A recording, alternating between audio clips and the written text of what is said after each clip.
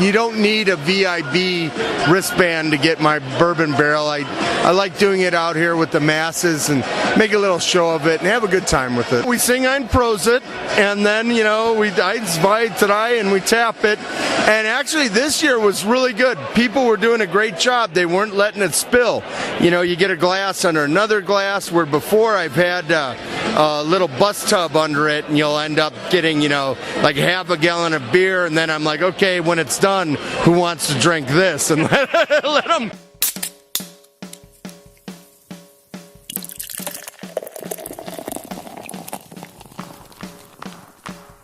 Cheers.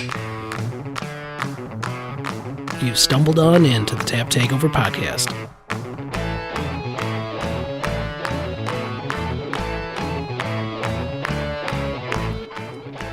Hey, this is Jim from the Tap Takeover Podcast, and we're here today at the World of Beer Festival. We got a couple special guests here as we ramp up to the start of the fest. We have Kane from Miller Valley Brewing Company and Tim from Black Husky, friend of the show. Absolutely. So, Kane, what are you pouring here today? Today I'm pouring what we call Frankenberry. It's kind of a barrel-aged chocolate ale, aged on cocoa nibs, finished up with raspberry puree. I also have a strong ale that was triple barrel aged in brandy, Heaven Hill bourbon, and Dickel sour mash barrels. Lactose intolerant, which is a non-dairy milk stout. And then our last one, which is the newest currently, is I Prick You, which is a prickly pear wheat ale. That's fantastic. How long have you been coming to the World of Beer Fest? I've been here for 3 years since I moved to Wisconsin, so it's been a good time. What makes this beer festival different or special for you? What's really nice is the people that kind of show up to this really care about their beer, and they want to know about beer. They're not just here to kind of get drunk and get rowdy. They really care about the product, so they care, which makes me happy because I care about my product. So it's a good feeling. Great, thank you so much, Kate. And also we have Tim from Black Husky. Tim, how are you doing today? Living a dream, yeah. So what are you pouring here today? I think I have I got Spruce Brown, Deck Dog, which is our Kolsch, and Tim Style, which is our Hopfenweiss. I got a Firkin, which I'm calling Shit Show, because it's just got all kind. It's got a little bit of this, it's got a little bit of sparkly eyes, a little bit of old school. It's a little sweet, to be honest with you. I'm just started fucking around with Firkins, so this is the first one I've done for a while.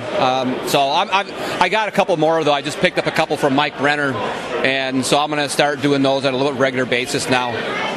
But I always come by Kane because he always has something different. I'm hoping next time you'll have some hams, though, so we can shotgun some hams. Got to do that. I want to try that strong ale. Hey, you got a glass? Yeah, I think it's my glass. All right, live tasting here. This is exciting, isn't it? I mean, it's just... This makes for great radio. It does. It's fantastic.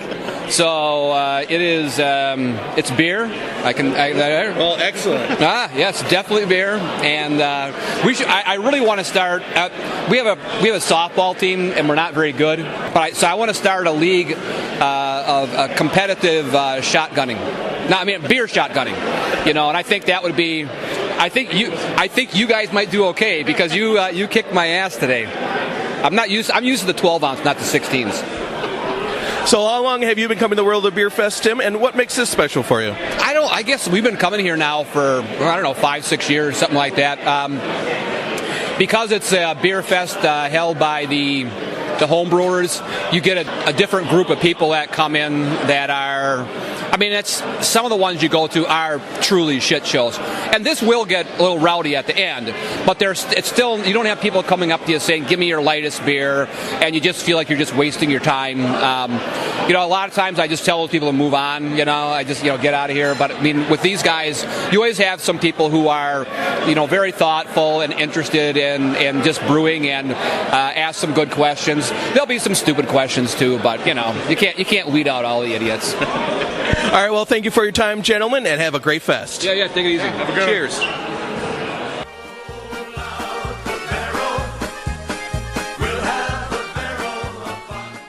And welcome back. This is Jim with the Tap Takeover Podcast here at the World of Beer Festival. We're here with Emily from Lion's Tail. Emily, tell us a little bit about Lion's Tail Brewing. We're located in downtown Neenah, were happy to come down for the festival. We brought with us today Juice Cloud, which is going to go fast. It's our New England style hazy IPA. Then we've got our Kristen. It's a chocolate cherry Bock, perfect for spring. And then Boundary Waters, a Canadian style lager. And I'm actually going up to Boundary Waters next weekend and definitely going to be bringing some of that along.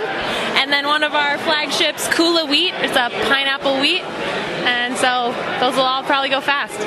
Yeah, there's something special about Kula Wheat, and that's the number of pineapples. How many are used per batch? Isn't it 168? Something like that? It's a lot. It certainly is. And the Juice Cloud, one of the best hazies in Wisconsin, would you say? Absolutely. Well, thanks for your time today, Emily, and cheers. Thank you. Cheers. Hey, this is Jim for the Tap Takeover Podcast here at the World of Beer Festival. And right now we're talking with Drew from Eagle Park. Drew, what's your position with Eagle Park? I am the assistant brewer / cellarman. So I just help out Jackson doing whatever he needs done on Tuesdays and Thursdays. I'm there right now, so that's basically what I do. So you got an exciting new location. Where can folks find you now? And what are your hours? We are down on 823 East Hamilton, so right off of Water Street in Brady. Hours are Tuesdays through Friday from 3 to, I believe, 10, and Saturdays and Sundays from noon to midnight, I believe. All right, this is Jesus with the Tap Takeover Podcast. So what did you bring today? We brought our tropical Berliner with passion fruit, guava, and mango. We brought our key lime milkshake, which was actually just kegged yesterday. And we brought Set List and Loop Station. Loop Station, our golden ale, and Set List, our IPA. Awesome. So is this your first time at World of Beer? No, this is actually my second time, my wife's first, and my brother's first. So what do you think? You've been here before. What makes this special? Just seeing all the different breweries. I mean, last year I don't remember, obviously Fifth Ward is brand new. Seeing Lion's Tail here now, and just sitting right next to Tim and being an awesome brewer that he is, and Kyle from 1840. It's awesome seeing all the local and semi-national brands around here, and being run by a whole bunch of volunteers is awesome. E-double-E-double-R-U-N Beer Run. Hey, this is Jim and Jesus at the World of Beer Festival.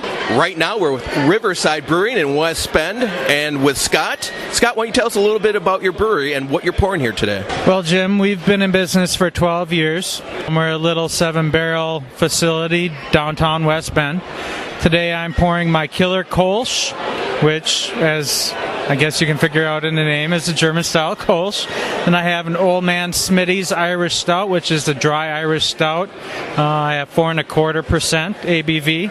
And then my adulterated American Pale Ale. I call it adulterated because I really don't want other people to drink it. I brewed this beer for me. You probably won't like it because I got very peculiar tastes, especially if you like hops. And then we finish off with our Belgian Abbey Double. This is a beer that we brew for Lent every year. Very heavy Catholic population in West Bend, so Fat Tuesday every year we tap our Belgian Abbey Double. Came in very nice this year, finishing at 9%, nice and dry at a 10.08. So is this your first year at World of Beer?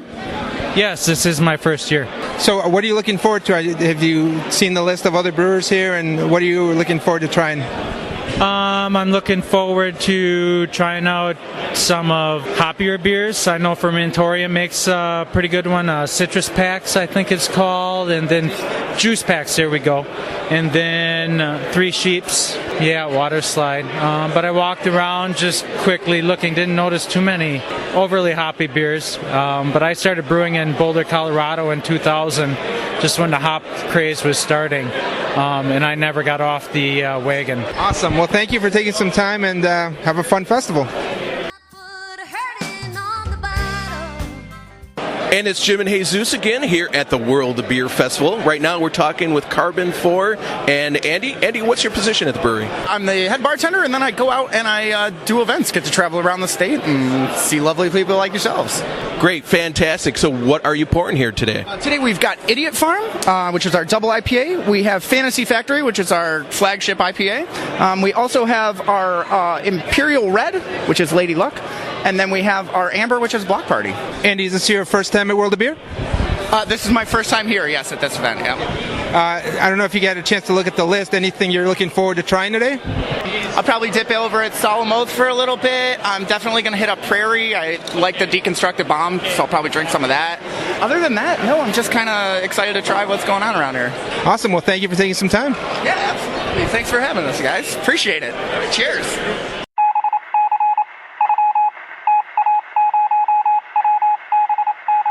We interrupt your regularly scheduled beer fest for a quick word from our beer news department.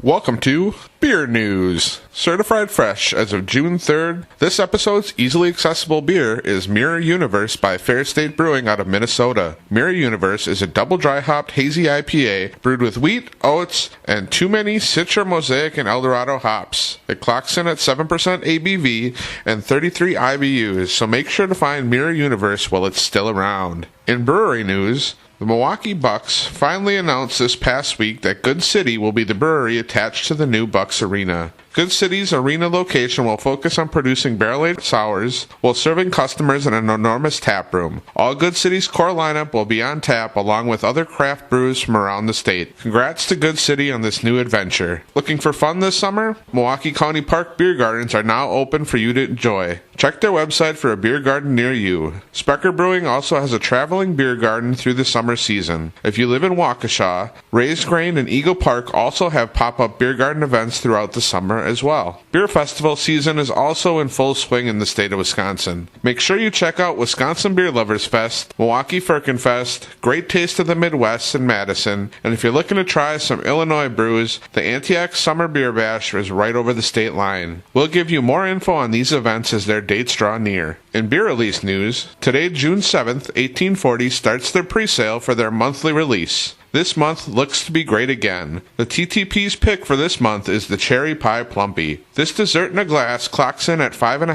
ABV. Also, don't pass up on Impatiently Waiting, an oaked IPA, and also a throwback to their first ever release. Or the Euphonium Blend, a double dry hop saison fermented in white wine barrels. On Saturday, June 9th, Eagle Park releases cans of Goon Juice, a hazy IPA based off the recipe for their joint IPA. Also on tap on Saturday will be Juice Grenade, a triple dry hop New England style IPA that clocks in at 10% ABV and is a collaboration beer with Lion's Tail Brewery out of Neenah, Wisconsin. Stay tuned for a full interview with Lion's Tail Brewing next week with the Tap Takeover Podcast. Toppling Goliath recently announced plans for their annual Morning Delight release on Saturday, August 25th in Decorah, Iowa. For the first time ever, Toppling Goliath will be doing online ticket sales replacing the lottery system they normally use. Tickets for Morning Delight go on sale Tuesday, July 10th at a time to be announced soon. $100 will get you 2 22-ounce bombers, a commemorative glass, and a pour of Morning Delight.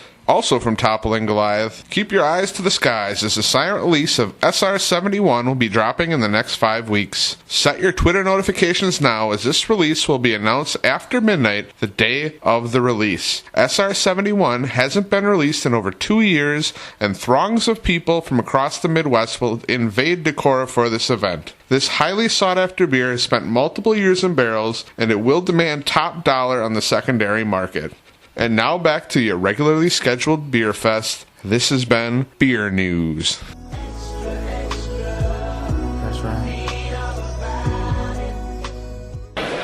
Yeah, this is Jim and Jesus from the Tap Takeover Podcast. We're still at World of Beer Festival here. Right now we're with Brian and Hank from Founders Brewing out of Michigan. How you doing today, boys? We're doing good. How you doing, Jim? Doing fantastic. So what are you pouring here today? We got some CBS, new barrel aged release we did last year. KBS, which is a classic from us. PC Pills, a summer seasonal. Everybody loves All Day IPA. We've got a brand new premium lager called Solid Gold. Really excited about that brand. It's doing a lot of fun stuff. And then a limited beer from us called Green Zebra, which is sea salt and watermelon goza. Good summertime beer. Wish it was a little warmer here today. Enjoy that nice, tart, refreshing beer. Yeah, fantastic. Now, Hank, you've become the face of Founders here in Milwaukee. You're always there at the KBS event at Ray's. How'd you become part of such a prestigious spot? Yeah, first of all, is it prestigious? I don't really know. It's a tough question to answer. I'm glad somebody thinks my job is prestigious. We can change shirts and I can interview you next time. All right, so what are you most excited to be pouring here at the Founders booth? You know, Founders has kind of always hung our hat on being able to do things like manipulate hops and barrel-aged beers and make things really high gravity. It's actually really, really exciting that we are kind of reverting back to the way that beer styles were, how like beer tends to be very cyclical, where we're kind of making things that are a little bit lower alcohol. We're all getting to that point where we want to be able to go golfing or go to a baseball game or mow our lawns. And we've always kind of reverted to all-day IPA being like that session beer. Well, today we're pouring Solid Gold, and Solid Gold is our take on a premium lager. Kind of understood that, you know, just about 70% of the population in the United States are drinking that style of beer, that American premium, and we're not a part of it, so we want it to be. A little bit of lemon drop and perlé hops, so just a hint of hoppiness on the back end, but just a very nice, clean, refreshing, drinkable lager in a can for the summer. So I know you're here a lot for the KBS events, but how often are you in the Milwaukee area, and have you done World of Beer before? Yeah, this is my third World of Beer, I believe. Founders has kind of always had a presence here because of the relationship that some of our employees have with the guys in the homebrew club. One of the great things about Founders is they let us live where we work. So I run the state of Wisconsin. I also run a couple other states, but I get to live in my territory. So I live in Milwaukee. Brian is actually in Oshkosh, and he's relocating to the Milwaukee area in about a month or so. So we have an app. We have a Founders app that you can get on that store or the iTunes store, and you can download our app for free, and you can see where we're at. We post all of our events. It's free. You can find our beer on that. I guess the last question, I don't know if you had a chance to look at the list, but anything you're looking forward to trying here? I had some Hush Money from Ale Asylum. I always like it when they have that beer out. It's kind of cool to see them put that in a can. New Glarus has got some R&D stuff that I'm going to get over and try. And then I just had a can of Fresh Coast with Jordan from Three Sheeps to celebrate him moving from Surly to Three Sheeps. So, how about you, Brian? Fifth Ward table over there. They're my brothers from Oshkosh. A couple buddies of mine own that brewery. Probably swing over there. I think they've got a raspberry beer I've never had from them, which is surprising because I've been to their tap room countless times. So I'd probably go swing over there and try something new from them. Awesome. Well, have fun today, guys. Thanks for taking some time. Thanks, Hank. Cheers. Thanks, guys. And this is Jim and Alex here at the World of Beer Festival. We continue our tour, and our next stop is 1840 with Kyle and his wonderful wife, Steph. So, guys, how you doing? And how long have you been coming to World of Beer Fest? First timers. Excited to be here. Ooh, virgins. Excellent. Yeah. Popping that cherry right now. We're excited to be here for sure. And speaking of cherry, tell us about the next one up in the Plumpy series. Really excited about this new cherry Plumpy. Looks like you guys have been doing some tweaking on the recipe. Tell us all about it. Yeah, we upped the lactose, 50% more fruit than last time, whole Mexican vanilla beans, graham crackers in the mash, which is something we've never done. So just this whole series is about just playing around, having a good time, and so this is just us doing that some more. So what are you pouring here in the VIB section? We have actually the first two Plumpies that we've made. So some of the Beer Barons came to one of our releases 2 months ago and grabbed some of the blackberry raspberry and promised they would keep it cold for this event, and then we had a couple extra mango passion fruit that we saved for it as well. So. Well, that's fantastic. So planning on coming back again, and what have you found that makes this a little bit more special than other beer fests? I mean, it just seems German. It's got this like vibe to it that I just think is really neat. It's got that classic camping vibe, kind of. So we should tell folks, if you haven't been here, we're at the Schwabenhof in Menominee Falls. It might be a little German here. Steph, we've had a chance to sit down with Kyle and have him tell us about your brewery. Let's get your take. What do you think is exceptional about 1840? You know, not only do we focus on beer, but we really focus on community too. We kind of say that we're a family brand. I joked that I let him open up this brewery because we needed an excuse to make new friends. And so now we got some people who really awesome people who come and hang out with us quite a bit. So not only is just the beer exceptional, I mean, that's Kyle all the way. He's super creative and, you know, likes to push the boundaries, but I really love the family feel in 1840 and just the whole overall vibe too. And so do we. We are big fans of what you guys are doing, and we look forward to tasting some of what you guys are going to be pouring today. Thanks for taking a little time for us. Thanks, guys. Thank you. Cheers. Cheers. Thanks. It's perfect. Yeah. Oh, I'm sweating. What's the bright lights? So Alex and Andy here with the Tap Takeover Podcast. We're here at the World of Beer Festival talking with Josh. Josh, we talked with you before this whole event happened. We're knee-deep in this thing. What are you thinking? How has it turned out? What are you expecting for the rest of it? Well, this is the first. This is my first go-around with VIB, so my biggest concern is you never know. You have 200 people. You figure, do you have the right quantity? We're doing time releases on a couple of beers, and my concern was, do we have enough beer for time releases? You hate to have someone get in line. Next thing you know, you don't have enough beer. We just did a time release of Central Waters 20, Huna from Cigar, and Barrel Aged 1050, and it sounds like talking to people that everyone got a pour of every single beer, and if they wanted to, they got second pours. And I believe Huna just ran out, and people were just over there. If they wanted thirds or fourths, you could have it. So I think it worked out pretty good. And so far, the feedback's been pretty good. I guess I'll get the hate mail later on. So yeah, it was extremely smooth with the timed releasing with the VIB specialty beers. So what we want to know is what were some of your favorites of the VIB beers today? So my favorite was, and this is one I actually sourced a couple of weeks ago, but I ended up taking the family down for lunch over to Moore Brewing, and I had a flight of beers, and one of the beers was a double dry hop Baron Fuel, and it was absolutely incredible. I really enjoyed it. So we brought that to the fest. It was probably one of the first beers that actually kicked. Moore is doing some amazing things these days, and that was my favorite. Another one actually, and I believe I'm looking behind me, it's still going. My favorite stout, one of my favorite barrel-aged stouts of all times, is Barrel-Aged Silhouette by Liftbridge. A lot of people don't realize how incredible that beer is, but the fact that here it is almost 3 o'clock and we still have 2 bottles left. I've had multiple people say in general admission that was the best stout of the day, yet nobody knows about it. It's an amazing beer. Yeah, I got to say, the beers that were available in the general admission were amazing. To see a black note out there from a Bell's, and we're waiting on the Delafield Brewhouse and the big barrel that's going to tap in about 10 minutes. So we'll have to hurry this up. But the general admission is amazing. But I was really impressed with the quality of beer that are in the VIB tent. It really does seem like it's worth the extra money to get in on the VIBs, especially for the time tappings. Well, it's good to hear. The biggest thing that we talked about last year when I sort of took over the role of sourcing these beers was, what do you do? So you have a certain amount of budget. The problem now is that you have these exclusive beers that, number one, cost more money, and number two, are in limited quantity. And so what I looked at was, what can we get with the budget that we had, what can we get that's an exclusive beer that you may or may not be able to stand in line for? For example, Huna, you're not going to, some people will get it, but you need to know somebody to kind of bring it back unless you're going to go to Tampa. And the other one is from a cost standpoint. So you look at Chocolate Rain, the brewery Chocolate Rain, okay? So we sourced 3 bottles of that. It went for about 45 minutes. That's an 18%er. A lot of people, they don't want to buy a bottle of that unless they have 5 people to drink with them.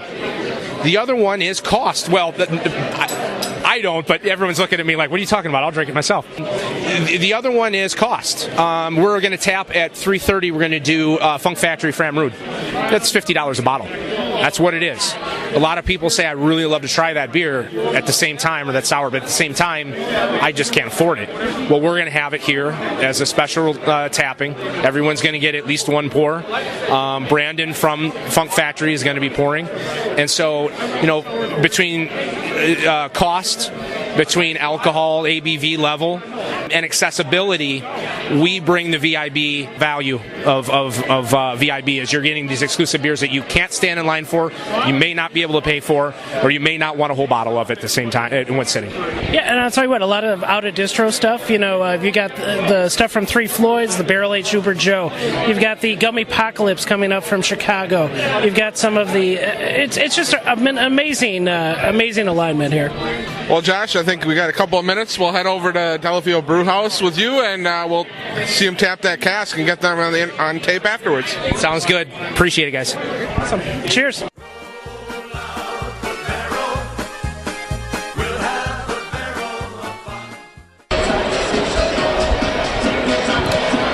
Alex and Andy here from the Tap Takeover Podcast, and we're at the World of Beer Fest, kind of finishing up. It's starting to get into the last hours here, and that means one of the big events of the entire festival, which is the Delafield Brewhouse, the barrel tapping. And we are here with John Harrison, Delafield Brewhouse. I'm the brewmaster and one of the owners there.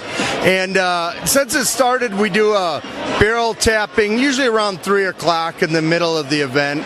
And I've been doing this since the very first year when we were over on Serb Hall on Oklahoma. And a lot of the guys here are friends of mine. I mean, I came up through home brewing in Milwaukee with the old Brewtown Brewmasters in the 80s, and I've been craft brewing now for over 28 years. And so it's one of those things that I try to every year make it a nice event for everybody and bring one of my barrel beers. I was kind of somewhat one of the early guys doing bourbon barrel back in the 90s. I remember it was Todd Ashman from Flossmoor. Pete Crowley at the time was working at he's Rock Bottom in Chicago. And so ever since then, I always thought it would be fun. And you don't need a VIB wristband to get my bourbon barrel. I like doing it out here with the masses and make a little show of it and have a good time with it. Yeah, that's one of the really cool things, is that it's a general admission pour, and when you open that tap, it doesn't stop until you're about done, right? There's a lot of shame for folks who spill any beer. Tell us about the entire process. Well, we sing on Prosit, and then I invite today and we tap it. And actually, this year was really good. People were doing a great job. They weren't letting it spill. You get a glass under another glass, where before I've had a little bus tub under it, and you'll end up getting, like half a gallon of beer, and then I'm like, okay, when it's done, who wants to drink this? And let someone. Yeah, but no, this year, boy, we hardly had any spillage. And over the years, it's so funny that so many people come up and say that this is one of their, big things. It wouldn't be the World of Beer Fest without that ceremonial tapping and a special. This year I did the Wee Heavy Scotch Ale that was aged for 2 years in a Heaven Hills bourbon barrel. Right now I have a barley wine and a Russian Imperial. So one of those will make it here next year. And at my place, every Thanksgiving week, I bring out my bourbon beers and run it through New Year's Eve. And those are usually my holiday beers. And then I'll save some for a festival just like this, or maybe the Great Taste of the Midwest. So I always like to save some and do a special tapping at those events, especially this one. So for our listeners, tell them exactly where Delafield Brewhouse is located and what can they expect the first time in the door. Delafield Brewhouse is just west of Milwaukee, about 25 minutes. We're kind of out in the Lake County area. It's 83 and 94. If you've ever traveled that between Milwaukee and Madison, you'll see us up on the hill there. I mean, it's a pretty big place. We hold quite a few people, at least over 400 for a brew pub, which is fairly large. I designed the whole brewery, and then they designed the building around it. And I always wanted it to be, when you walk in our front doors, you see the brewery front and center. I never wanted it to be where you have to go back by the kitchen or back by the bathroom, look through a door.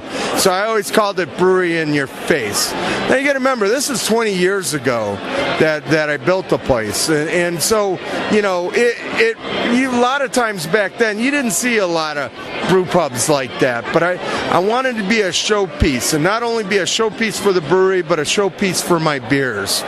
And so my first 10 years there, I designed over 90 different beers. I'm on my second 10. I'm trying to get us up to probably close to about 150, 160 in the next year or so. So I've been doing a lot of different beers.